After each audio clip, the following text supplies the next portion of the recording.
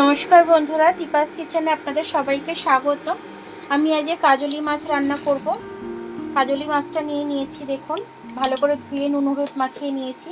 তার সাথে নিয়েছি আমি কাঁচা লঙ্কা কটা চিড়ে নিয়েছি, আর এতে আমি দেবো কটা কালো জিরে ফোড়ন, আর কিছু দেবো না। এটা দিয়েই আমি ঝোলটা কাজলি মাছটা রান্না করব। আর সর্ষের তেল দিয়ে মাছটা আমি ভাজবো, কারণ কাজলি মাছ ভীষণ টেস্টি হয়। কাজলি মাছটা ভীষণ টেস্টি হয়। এতে মশলা দিলে, অতিরিক্ত মশলা দিয়ে দিলে এর টেস্টটা কিন্তু সম্পূর্ণ চলে যায়। তো ফলে আমি একদমই দেবো না, আমি সর্ষের তেল দিয়ে মাছটা রান্না করব। তো চলুন আমি কড়াই তেলটা দিয়ে দিই। সর্ষের তেলটা আমি দিয়ে দিলাম। এবার মাছগুলো আমি একটা একটা করে ভাজতে দিয়ে দেবো এটার মধ্যে। খুব হালকা করে আমি ভেজে নেবো মাছটা, খুব কড়া করে মাছটা ভাজবো না বন্ধুরা, তাহলে কিন্তু মাছের স্বাদটা চলে যাবে একদম সম্পূর্ণ। আর মাছটা কিন্তু ভীষণ নরম হয় এই মাছটা, তো ফলে খুব হালকা করে ভেজে নিতে হবে। এবার মাছগুলো আমি তুলে নেব, এর বেশি আমি আর ভাজবো না। এই তেলের মধ্যে এবার আমি কালো জিরে ফোড়ন দিয়ে দেবো। কালো জিরেটাই কিন্তু এটাতে আমার খুব ভালো লাগে খেতে। কালো জিরেটা আমি একটু ভেজে নেব খুব সুন্দর করে। এর মধ্যে আমি কাঁচা লঙ্কাটা একটু দিয়ে দিলাম। এটার মধ্যে একটু হলুদ গুঁড়ো দিয়ে দেবো আমি। হলুদটা একটু ভেজে নিয়েছি আমি তেলের মধ্যে একবারে।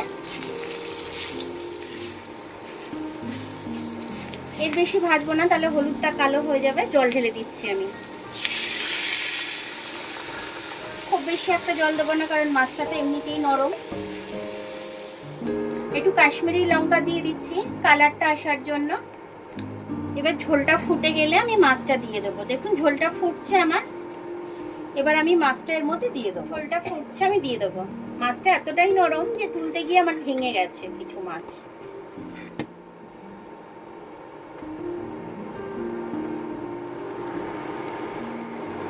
দেখুন বন্ধুরা, আমার মাছটা কিন্তু খুব সুন্দরভাবে হয়েছে, খেতে কিন্তু ভীষণ টেস্টি হয়েছে। আমি এবার মাছটা নামিয়ে নেব।